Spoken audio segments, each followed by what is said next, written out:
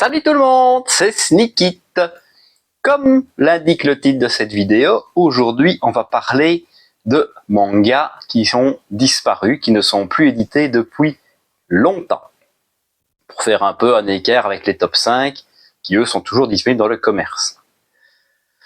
Cette vidéo va donc être plus ciblée pour un public qui est collectionneur, ou en tout cas qui aime bien rechercher des petites séries et passer le temps sur des sites d'occasion à la recherche d'une perle rare.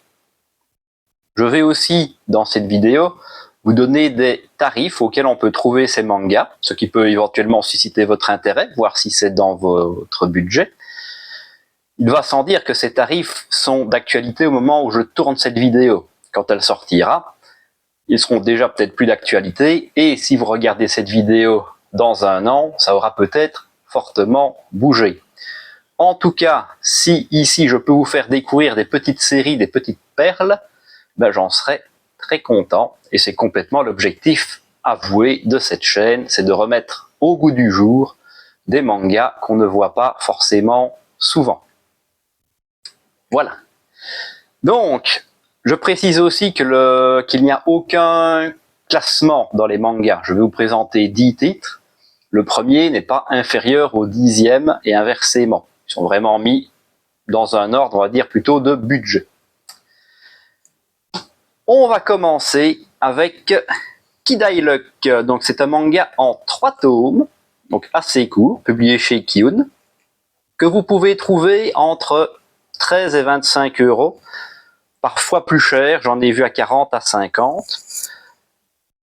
C'est un manga qui personnellement m'a beaucoup touché à l'époque où je l'ai lu. Je l'avais acheté quand il est sorti. Sur le principe, c'est un manga qui se la joue un peu humour à la japonaise. Mais attention, ne vous trompez pas, on est un peu dans le même concept que Shohachoten, c'est-à-dire que c'est pas l'humour qui va importer sur ce manga. Si les blagues vous font rire, tant mieux, si vous êtes sensible à l'humour japonais, mais ici c'est pas du tout l'idée. De quoi qu'est-ce que ça cause? Donc ce personnage-là est un gros bagarreur local, c'est la racaille de son lycée, il ne vit que pour la baston. À tel point que son ami d'enfance est un peu négligé. Ils s'aiment bien, mais ils se le sont jamais dit. Ils sont jamais dit je t'aime, déjà parce que quand on est un bonhomme, on dit pas ces choses-là, ça se fait pas, ça fait ringard. Et un jour où ils ont fini l'école, bah, lui préfère aller botter des culs plutôt que de raccompagner sa copine. Et c'est là que le drame arrive, puisque, et attention, c'est vraiment tout au début de l'histoire, hein, donc sa copine va se faire kidnapper et violer. Voilà, pour un manga qui parle d'humour, on n'est plus du tout là-dedans. Et évidemment, suite au choc, elle va se renfermer complètement sur elle-même et ne plus sortir de sa chambre. Comme elle était férue d'humour, la seule solution que lui va trouver avec son petit cerveau, c'est de devenir un comique et de passer à la télé pour réussir à la toucher, elle qui n'a plus que sa télé comme fenêtre sur le monde. Sauf qu'en humour, c'est une brêle, il y connaît absolument rien. Voilà, donc évidemment c'est en 3 tomes, je ne peux pas entrer plus dans les détails, déjà vous avez toute la base, tout le sel de l'histoire. C'est super touchant. Déjà, bah, comme je vous l'ai dit, il y a des sujets qui sont quand même un peu forts, un peu graves là-dedans. Et j'ai beaucoup apprécié le concept d'un gars qui va complètement se remettre en question et faire des choses auxquelles il n'était pas habitué. Pour la femme qu'il aime, c'est quand même super choupi. Hop là. Ensuite, en 6 tomes. Alors celui-là, où est-ce que c'est marqué encore? Malin ça. Voilà, celui-là, encore une fois, pas très connu, vous pouvez le trouver entre 25 et 40 €. C'est La main droite de Lucifer, c'est un manga médical. Déjà, le thème le thème médical n'est pas un thème qu'on voit beaucoup en manga. Il y en a évidemment, hein, il y a les blackjack. Regardez-moi un peu ce dessin de dingue. C'est excessivement bien dessiné. Évidemment, là, on est complètement dans un seinen, on va pas se le cacher. C'est super intéressant. Déjà, en 6 tomes, c'est facile à lire, ça se lit bien. Donc, ce personnage-là est médecin. Il fait partie d'une ONG, donc il part en humanitaire en Afrique. Il se fait attraper dans une guerre. Et pour sauver sa peau, il va devoir tuer des gens. Ce qui est paradoxal pour un médecin. Il va évidemment très mal vivre ça. Un médecin est censé sauver des vies, pas en prendre. Déjà, pour se punir, il va se faire tatouer Lucifer sur sa main droite, d'où le titre, la main droite de Lucifer. Et il va complètement sombrer dans la déprime, dans l'alcool et virer clodo. On va pas plus loin que ça. Et un jour qu'il est en mode SDF, il va se faire poignarder. Comme il est dépressif, lui il prend ça en fond, bah voilà, ma vie est terminée, tant mieux limite. Eh ben non, il va se réveiller dans un hôpital, dans un petit hôpital japonais, il y a pas mal de petites cliniques comme ça indépendantes, ça fait très Japon, où on va le soigner. Sauf que cette clinique est un peu spéciale, c'est une clinique un peu underground. Elle soigne tout le monde, les riches, les pauvres, et elle pose pas de questions. Ce qui fait que c'est aussi un très bon endroit pour soigner les yakuza et la vermine locale. Sauf qu'évidemment, c'est quand même un but, j'ai envie de dire un peu humanitaire aussi, puisque si vous êtes riche, on vous soigne, mais il va falloir raquer à mort. Si vous êtes pauvre, pas de souci, on vous soigne et limite, vous venez rendre service de temps en temps pour payer votre dette. Donc, c'est très humain aussi comme clinique. Et justement, ce type-là, il va être reconnu par le directeur de la clinique et il va lui faire, écoute, pour payer la petite note, tu vas reprendre du service et tu vas bosser dans la clinique, ça tombe bien, on manque de main d'œuvre. Donc pour un qui ne voulait plus exercer la médecine, il se retrouve à réenfiler son tablier et repartir au charbon. Encore une fois, on est dans de la tranche de vie médicale et c'est vraiment très sympathique. En plus, en 6 tomes, franchement, ça se lit bien. Si vous aimez bien le côté médical, c'est fait pour vous complètement. Alors, en 10 tomes, et c'est, comme vous pouvez le voir ici, par l'auteur de Kenshin le Vagabond, c'est Busso Renkin, d'une série qui se trouve entre 45 et 50 euros. Mon magasin en avait en occasion à 30, c'est vous dire si c'est trouvable assez facilement. Déjà, polémique, l'auteur de Kenshin, si vous êtes un peu au courant, il a fait des choses pas jolies. Voilà. Personnellement, j'arrive très bien à dissocier l'œuvre de l'auteur. Le mec a beau être un connard, son travail était bon. Kenshin est mondialement connu comme étant un très bon manga. Celui-ci, évidemment, est un peu en dessous, c'est une œuvre qu'il a fait après, mais qui n'en reste pas moins fort sympathique. Hop là. On est complètement dans un petit shonen, et donc c'est un manga qui va parler d'alchimie. C'est-à-dire que ce personnage-là, qui est un Pékin moyen, comme tout héros de shonen, il démarre de rien, est attiré par cette jolie fille qui vient de rentrer dans sa classe. Sauf qu'un jour, il voit la jolie fille qui sort le soir faire des trucs louches. Donc il se dit, je vais la suivre, ça va être vachement cool. Sauf qu'en fait, ça démarre avec, elle va se battre contre un énorme monstre, mi-humain, mi-serpent, qui s'appelle des homonculus. Encore une fois, on est dans les termes de l'alchimie, si vous avez lu Full Metal Alchemist, ça va vous parler. Et pas de bol, il va intervenir pour la protéger, se faire littéralement transpercer le cœur. En général, ça se passe pas bien quand on a le cœur transpercé. Sauf que comme elle lui en doit une, elle va lui mettre un cagonet, c'est-à-dire une sorte de machin alchimique, à la place de son cœur pour le faire survivre. Première chose cool, il est pas mort, ça c'est bien. Par contre, maintenant il est au courant qu'il y a des alchimistes et des sales bêtes. Donc il va être un peu obligé, sous peine de mort, tout simplement, de garder le secret et de bosser pour eux. Donc un bon petit shonen, en 10 tomes, c'est appréciable, c'est pas trop long, et vous avez un animé qui est plutôt cool et qui reprend normalement toute la série. Donc si vous n'avez pas envie de dépenser du pognon, mais de vous faire une idée, l'animé est pas mal du tout. Toujours en 10 tomes, MX0 ou M0, ça dépend. Je sais bien que théoriquement on prononce pas le X, je vous laisserai seul juge de ça. Donc, manga en 10 tomes, qui se trouve pour une 50aine d'euros, donc on est toujours dans quelque chose d'abordable. C'est un manga humour, romance et tranche de vie scolaire.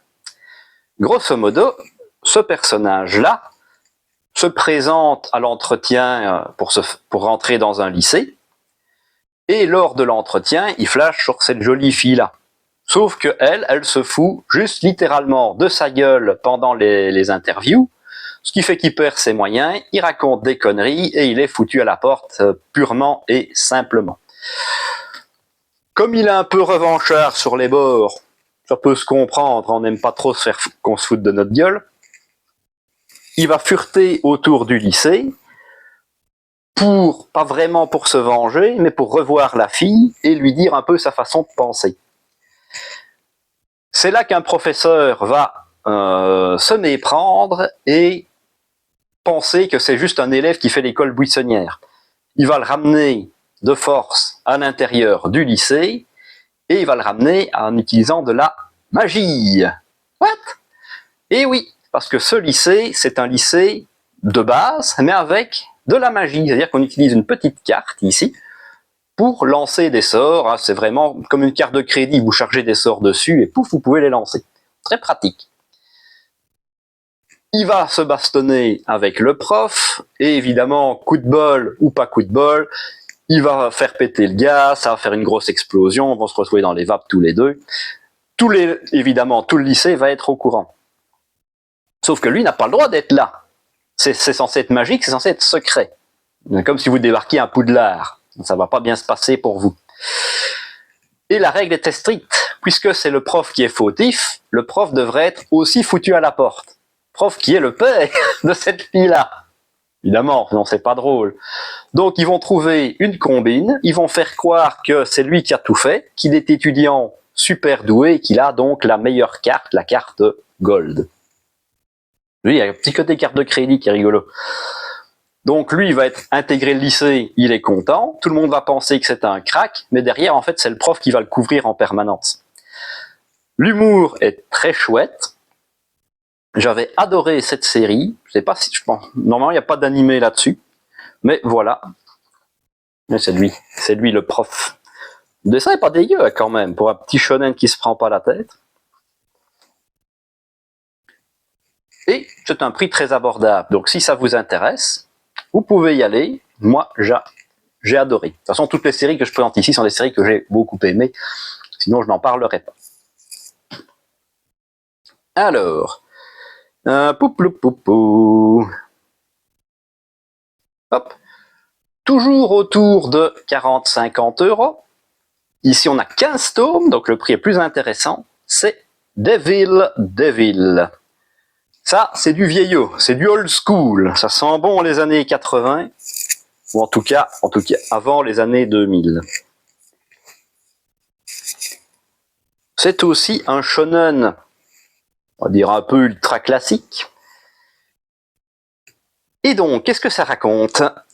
Depuis des milliers d'années, les forces des enfers et du paradis se foutent sur la gueule. Et parmi eux, deux guerriers particulièrement puissants, le démon ici et un ange. J'aurais peut-être dû prendre un autre tome pour vous le montrer. Je ne sais pas si on le voit au début. Voilà, ici on voit le démon et l'ange. Évidemment, ça fait plein de fois qu'ils se tapent dessus et ils ont toujours terminé par un ex-aequo. Ici, ils en ont marre, ils jettent vraiment leur dernière force dans la bataille, mais ça termine encore par un ex-aequo, à la différence que là, ils sont tellement en piteux état que pour ne pas crever, ils vont devoir s'incarner sur Terre en abandonnant leurs enveloppes d'anges et de démons. Le côté fun, c'est qu'ils vont s'incarner dans des jumeaux. Le diable va s'incarner dans celui qui est l'intello boutonneux petit à lunettes, Et l'ange va s'incarner dans celui qui est grand, décoloré et qui a viré racaille. Comme ils sont jumeaux, évidemment, ils sont obligés de cohabiter dans la même maison. Voilà, sinon, dormir à la rue, c'est quand même vachement pas cool. Donc déjà, tout ce côté humour, où ces deux ennemis naturels, là, un peu comme un chien et un chat, comme Tom et Jerry, qui sont forcés de cohabiter dans le même environnement, d'aller à l'école, parce que ça reste des lycéens. Donc il y a tout ce côté humour qui est pas mal du tout. Il y a tout le côté baston, et évidemment il y a le côté ultra classique de nos jours, on va se rendre compte en les côtoyant que les démons ne sont pas tous des pourritures, et que les anges ne sont pas tous parfaits.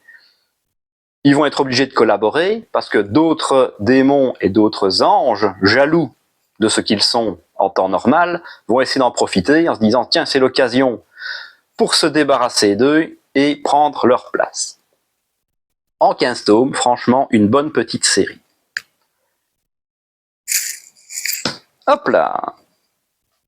En 14 tomes, une comédie romantique qui va chercher dans les 65-70 €, déjà une petite cote. C'est Chibi Vampire Karine. Il y a l'animé aussi qui est très chouette. En général, je suis fan de comédies romantiques, mais j'ai toujours trouvé que si on est juste dans le côté comédie romantique, il manque quelque chose. Un combo qui marche bien, c'est les œuvres de Mitsuo Adachi, où on mélange sport et comédie romantique. Ici, on va mélanger un petit côté fantastique. Vous l'aurez deviné avec un titre qui a quand même vampire dedans. Donc, Karine, notre héroïne principale, a des parents qui sont des vampires, le père et la mère. Elle a un grand frère qui est un vampire, une petite sœur qui est aussi un vampire. Vous direz, c'est normal, c'est une famille de vampires. Ben non, elle-même n'est pas un vampire, c'est un vampire inversé. C'est-à-dire qu'elle vit le jour, elle mange normalement, elle n'a pas de super pouvoir, elle ne peut pas hypnotiser les gens, elle ne sait pas voler, ni se transformer en chauve-souris. Par contre, elle a bien les grandes dents. Et au lieu de boire le sang, elle en produit. Elle en produit beaucoup trop. Et tous les X temps, quand elle arrive à saturation, elle est obligée de mordre quelqu'un pour lui transfuser son sang. Ce qui est plutôt positif, parce que la personne à qui elle transfuse son sang a d'un coup une pêche de malade.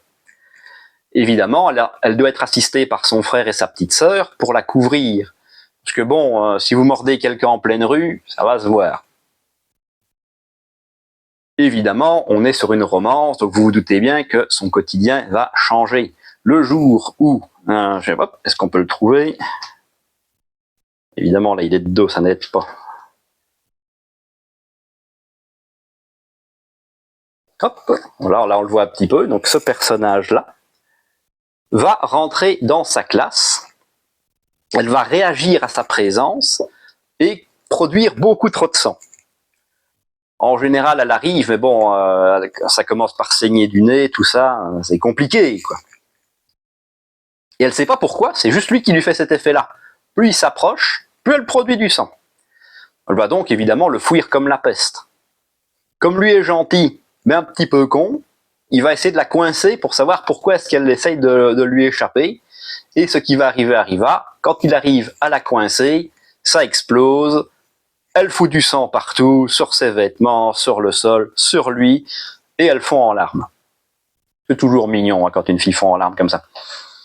Comme il est bon et généreux, il va lui promettre de garder son secret, et il va camoufler ça, il va nettoyer, il va lui passer sa veste, un beau truc de gentleman, c'est très gentil et très mignon. Et c'est comme ça qu'il va devenir son assistant humain, parce que les parents, soit on le bute, parce qu'il sait le secret, c'est quand même pas hyper cool, soit on lui lave la mémoire, mais ça pourrait avoir des séquelles aussi, soit, ok, tu gardes le secret, mais tu bosses pour nous. Donc les voilà obligés de collaborer, et évidemment, il y a des sentiments qui vont naître entre eux. C'est à la fois sympathique et tout mignon, tout plein. Voilà. L'animé est très bien aussi. Franchement, c'est une série, parmi les comédies romantiques, c'est vraiment une de mes préférées. Je l'ai relue plusieurs fois, c'est dire. Hop là. Alors, en 11 tomes, Immortal Rain. Celui-ci vous coûtera en moyenne 80 €. Ça commence aussi un petit peu plus à piquer, mais pareil, c'est disparu depuis assez longtemps.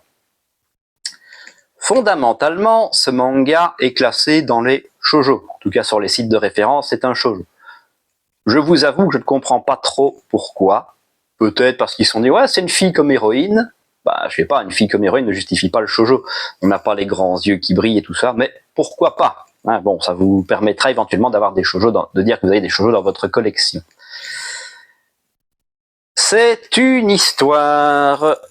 Donc, on est dans une société, on va dire, un peu post-apocalyptique. Légèrement, hein, on voit bien c'est un futur un peu dystopique. Et l'héroïne principale, qu'on voit ici, qui a la grosse faux, est une chasseuse de primes, et elle chasse ce type-là, qui s'appelle Rain, parce que déjà, sa tête est mise à prix pour très cher, et parce que c'était déjà l'objectif de son grand-père, qui est mort en le chassant. Donc elle veut se venger. Sur la base, c'est juste ça, c'est une histoire de vengeance. Et ce type-là, d'où le nom du manga est là, c'est qu'il est immortel. Et en général, dans les histoires, devenir immortel, c'est plutôt cool, c'est positif. Ici, on prend tout ça à contre-pied. Lui, c'est une malédiction, c'est sa punition d'être devenu immortel. Et donc lui, il aspire à mourir parce qu'il en a marre. Toutes les personnes auxquelles il tenait sont mortes depuis des centaines d'années, c'est devenu une coquille vide. Et devant un peu la détresse de ce personnage, elle qui était à la base en mode je te hais, je veux te tuer, entre l'amour, comme on dit, entre l'amour et la haine, la frontière est très mince, c'est exactement ce qui se passe. Elle va plutôt s'en amouracher de lui et vont commencer une quête pour le libérer de cette malédiction, si tant est que ce soit possible, évidemment. Franchement, très très sympa comme manga. Il y a pas mal d'actions. Pour ça que je dis, ça dénote un petit peu, on va dire, des shoujo classiques. Encore une fois, si tant est que ça parle de shoujo. Le dessin est sympathique, ne casse pas trois pattes à un canard, mais ça se laisse lire correctement. Alors, ensuite, on approche tout doucement du bout. Notez que cette vidéo est plus longue, mais évidemment, j'essaye de vous donner goût aux mangas pour lesquels je parle. Un manga de sport en 14 tomes qui vous coûtera en moyenne une centaine d'euros. C'est Bamboo Blade. Alors, c'est quand même des gros tomes, ils sont bien épais. Si je compare avec un tome classique, je ne sais pas si ça se verra bien, mais on a quand même une bonne petite cinquantaine de pages en plus. C'est un manga sur le kendo. C'est ce que j'aime dans les mangas de sport. Fondamentalement, le football, le basketball, il y a des très très bons mangas. Il y en a derrière moi d'ailleurs. Mais c'est des sports que tout le monde connaît. On connaît les règles, on n'est pas surpris. Quand je découvre un manga de sport, j'aime qu'on me présente un sport que je ne connais pas. C'était aussi le cas avec Inomaru Sumo. Je ne pensais pas que le sumo pouvait être aussi cool, si on veut. Ici, c'est un peu la même. On va découvrir le kendo, qui est aussi un sport, on va dire, traditionnel japonais, alors que chez nous, c'est quand même... Enfin, ça doit exister, hein, je suis sûr qu'il y a des clubs de kendo quelque part, mais ça court pas les rues. Deuxième point intéressant, c'est que ce manga de sport, c'est pas encore des mecs, c'est pas rempli de testostérone, puisque les personnages, ici, c'est une équipe de kendo féminine. Deuxième intérêt de la chose. On est sur du classique. Hop là. C'est aussi plutôt pas mal niveau humour. Le dessin est loin d'être mauvais, ce qui n'y gâte rien.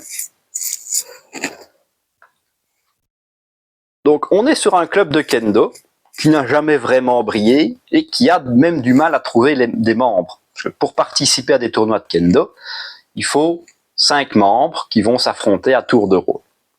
Et eux, ben, ils sont globalement 2. C'est pas beaucoup, 2.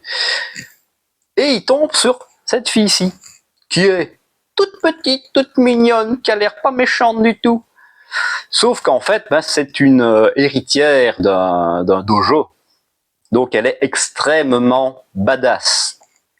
Et comme ils enfilent, donc les kendoka, hein, ça on a vu dans des pages, hein, comme ils enfilent des armures comme ça, quand elle revêtit son armure, bah, limite elle change de personnalité et elle devient méconnaissable. C'est une guerrière, elle bat tout le monde elle toute seule. Donc c'est plutôt pas mal. Et après, sa personnalité est aussi attachante parce qu'elle est vraiment un peu toute timide, toute douce, elle n'ose pas faire grand chose, donc elle n'a jamais vraiment côtoyé d'autres gens. Donc elle va mûrir et s'adapter à la société, et on va en même temps découvrir le kendo, puisqu'elle va servir de professeur aux autres du club, parce que même le sensei n'a pas son niveau. C'est ça qui est très très drôle. Donc si vous aimez les shonen sportifs, enfin, oui c'est un shonen, si vous aimez les shonen sportifs, c'est une belle œuvre, et si vous avez envie de découvrir un sport que vous ne connaissez pas, il y a des grandes chances que vous appreniez plein de choses sur le kendo. En général, quand un manga de sport vous donne envie d'aller faire le sport vous-même, c'est que c'est un bon manga. On approche de la fin, parce on arrive au 9e volume. Vous allez voir que celui-là, il pique. Mais j'avais très envie de vous en parler, puisqu'il vous en coûtera en moyenne 200 € pour 16 tomes. C'est fort cher, je vous conseille de négocier, si vraiment l'idée vous tente. Ça s'appelle BTX. Alors, est-ce que le dessin vous dit quelque chose? Est-ce que vous voyez le nom du gars marqué dessus? Ça se voit, c'est là. C'est de Masami Kurumada, l'auteur des Chevaliers du Zodiaque. C'est pas hyper connu, et pourtant il y a l'animé. Il y a un animé qui est pas mal, mais qui n'a pas vraiment de fin.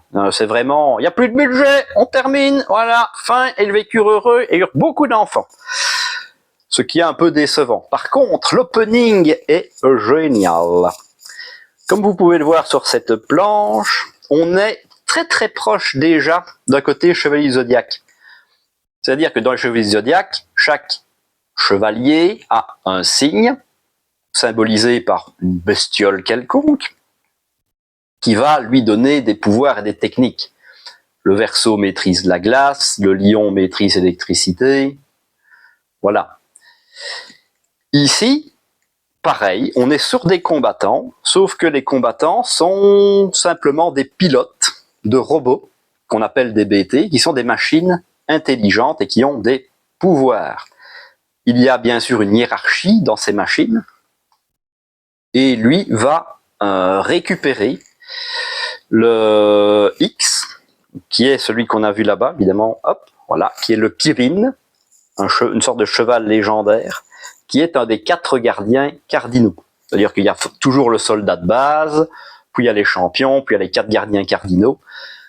Et tous ces personnages-là sont au service de l'empire des machines, qui ont enlevé son frère, qui est un grand scientifique reconnu, pour lui faire travailler sur une nouvelle génération de BT, qui s'appelle ici le prototype Raffaello, dans le but purement et simplement de dominer le monde. Voilà. La domination du monde, c'est toujours bien quand on s'appelle l'Empire des machines. Et donc, classique. Ici, pas de Saori Kido, mais son frère qui a été kidnappé, et lui qui va partir de rien, découvrir comment sont les méchants, devenir plus puissant, apprendre à se synchroniser avec sa machine, pour botter des culs d'adversaires de plus en plus puissants, jusqu'à arriver au boss final. En 16 tomes, c'est grosso modo un arc du sanctuaire. On est plus dans un côté science-fiction, puisqu'on vous parle de robots, de machines, de trucs un peu futuristes, loin du côté chevalier et Grèce antique, mais on retrouve tout le sel de ce que sait faire Kurumada. On reconnaît évidemment sa patte graphique, Et personnellement, c'est un manga qui m'a beaucoup plu. J'avais eu beaucoup de mal à le trouver, évidemment, parce que comme beaucoup, j'avais découvert l'animé. J'avais fait « Oh mon Dieu, c'est trop bien !» Pour vous donner une idée, c'était à l'époque quand One Piece a commencé, donc ça date aussi. Et je voulais la fin. Sauf qu'évidemment, le manga n'était plus disponible. Il suffit de regarder, voilà, manga collection, ça n'existe plus depuis très longtemps. Et je n'ai même pas une édition dans la même édition. J'ai 2 éditions différentes, c'est vous dire. Mais si vous êtes fan des Chevaliers du Zodiaque et de cet auteur-là, qui va ressortir d'ailleurs, pas ça malheureusement, mais il va ressortir une nouvelle, enfin une de ses séries va être éditée dans pas longtemps, au moment où je tourne la vidéo. C'est un manga qui vaut complètement la peine d'être découvert, même si encore une fois celui-là pique un peu, je ne vous le cache pas.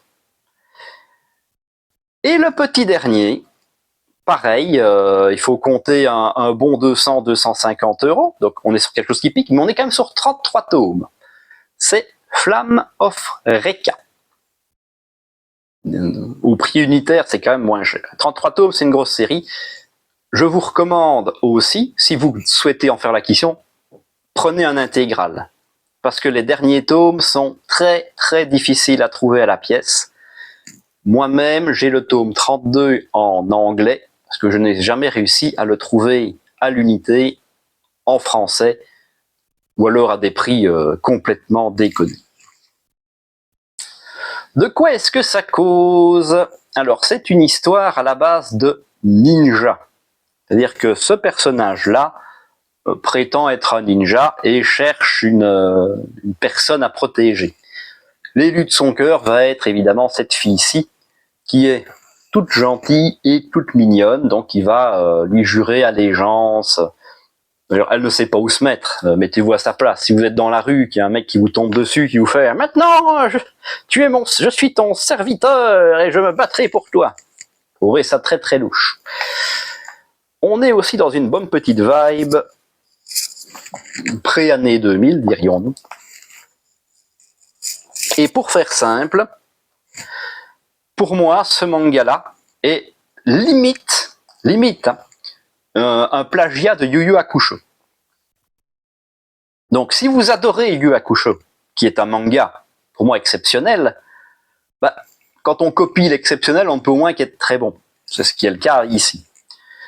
J'en veux pour preuve que le premier gros événement, le premier gros tournoi, dans les mangas de baston shonenique, les tournois ça marche très bien évidemment, c'est phase pour phase un copier-coller du tournoi des arts martiaux de l'ombre de Yu Yu Hakusho, qui pour moi, attention, est le meilleur tournoi de tous les temps. Même si j'adore Dragon Ball, celui-là est beaucoup mieux.